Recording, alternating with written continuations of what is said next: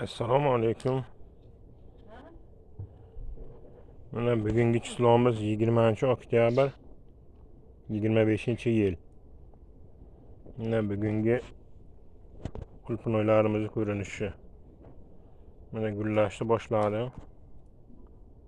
Birozgina gullagan. Hamma nimalari bor. Bir ikkita mevalari ham bor. Shuni yaxshi niyatda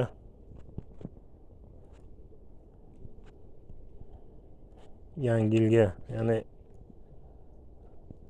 tayyorlab chiqarmoqchimiz.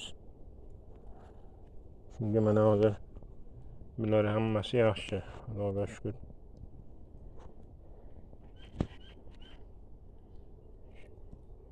Mana shu qulpinoylarning nimasiga qanday maslahat berasizlar? Yana nima qilishim kerak?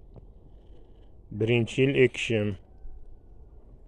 Sort Florida festival.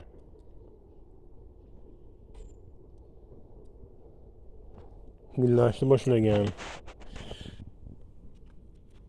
Mevalari mana tojibaklari, katta tojibaklari bor, mana bunday nimalari. Gullashni boshladi. Vitaminlar berilgan, har bir zaharlarni sepib tayyor qilib, hammasini zaharlarni to'g'rilab sepdik. Hozircha yaxshi. Kilonka qo'yaymi, yo'qmi?